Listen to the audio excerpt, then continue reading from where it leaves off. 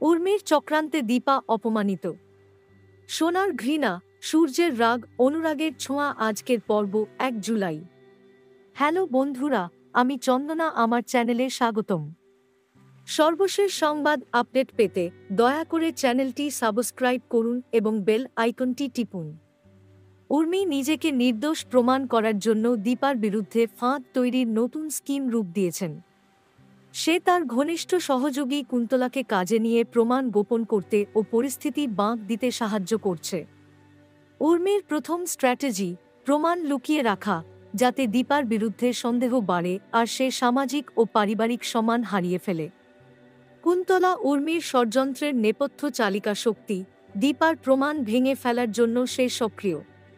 তাদের পালা পদ্ধতি হল সাক্ষী গায়েব করা, ভিডিও বা ছবির ম্যানিপুলেশন, দোষ চাপাতে দীপার নামে।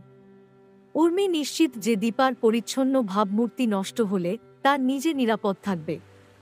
দীপার পরিবারের সদস্যরা উর্মির কথায় বিশ্বাস করতে শুরু করেছে।